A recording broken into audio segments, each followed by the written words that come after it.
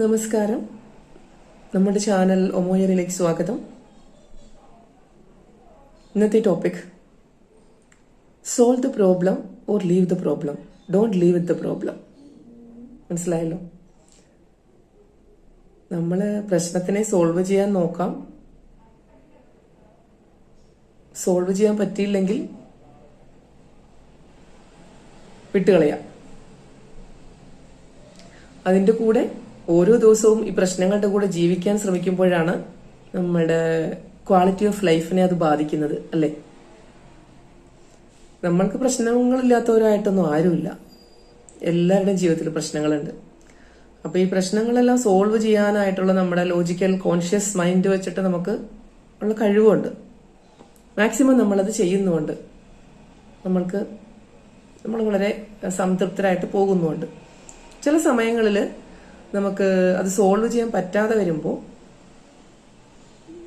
ജീവിതത്തിന്റെ ദൈനംദിന പ്രവർത്തനങ്ങളെല്ലാം ഇത് ബാധിക്കാൻ തുടങ്ങുമ്പോഴാണ് നമുക്ക് പ്രശ്നം വരുന്നത്.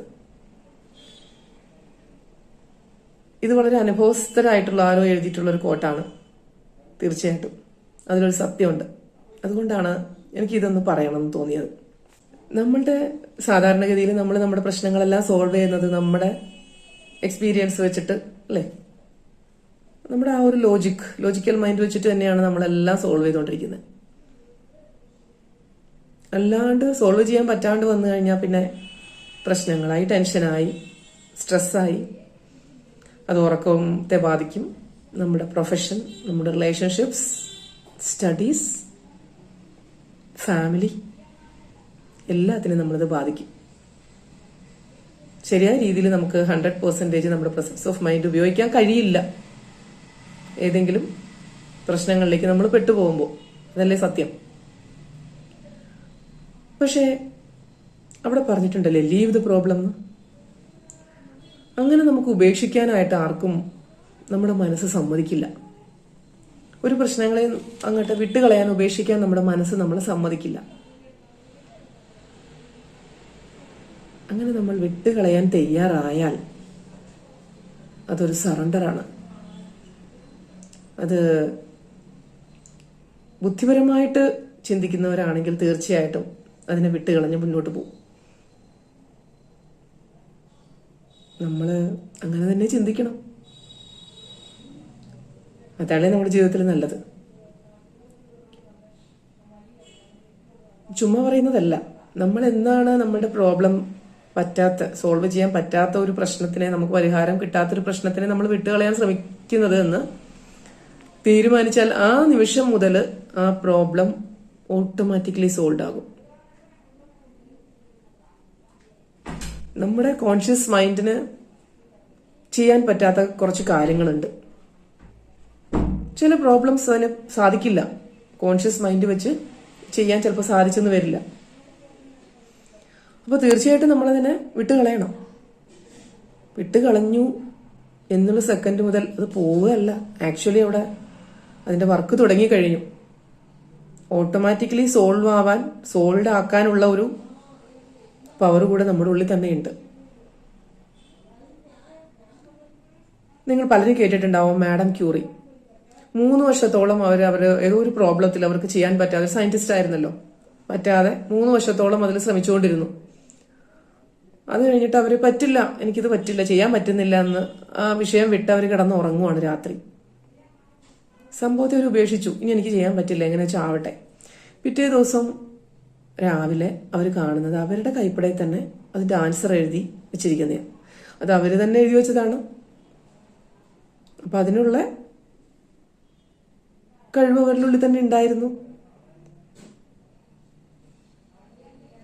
എന്നാണ് പറയുന്നത്. അതാണ് നമ്മളുടെയൊക്കെ ഇൻറ്റ്യൂറ്റീവ് മൈൻഡ്. അതിനെ നമ്മൾ വിശ്വസിക്കണം. എത്രയും മഹത്തായ ഒരു സമ്മാനം നമ്മുടെ ഉള്ളിൽ, ഗിഫ്റ്റ് നമ്മുടെ ഉള്ളിൽ ഉണ്ടായിട്ടും നമ്മൾ അതിനെ വിശ്വസിക്കാതെ വീണ്ടും നമ്മുടെ കോൺഷ്യസ് മൈൻഡിന്, അല്ലെ, നമ്മുടെ ബോധ മനസ്സിന് നമ്മളെല്ലാ പ്രശ്നങ്ങളും വിട്ടുകൊടുക്കുന്നത് കൊണ്ടാണ് ജീവിതം തന്നെ സങ്കീർണമായി പോകുന്നത്, പല സമയത്തും കൈവിട്ടു പോകുന്നത്. നമ്മൾ തന്നെ സോൾവ് ചെയ്യാൻ നോക്കുക. നമുക്ക് പെട്ടെന്ന് സൊല്യൂഷൻ വേണം നമുക്ക്. അപ്പൊ നമ്മൾ എന്തെങ്കിലും കാട്ടിക്കൂട്ടും.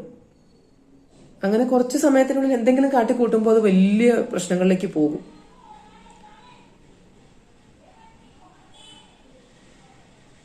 അപ്പോൾ നമ്മൾ പല പ്രശ്നങ്ങളും നമുക്ക് സോൾവ് ചെയ്യാൻ പറ്റില്ല എന്ന് കാണുമ്പോൾ വിട്ടുകൊടുക്കാനായിട്ട് തയ്യാറാവുന്നതാണ് ബുദ്ധി എന്നാണ് ഇപ്പോൾ നമുക്ക് ഇങ്ങനെയുള്ള ഒരു പലരുടെ അനുഭവങ്ങളിലൂടെയൊക്കെ മനസ്സിലാവുന്നത്.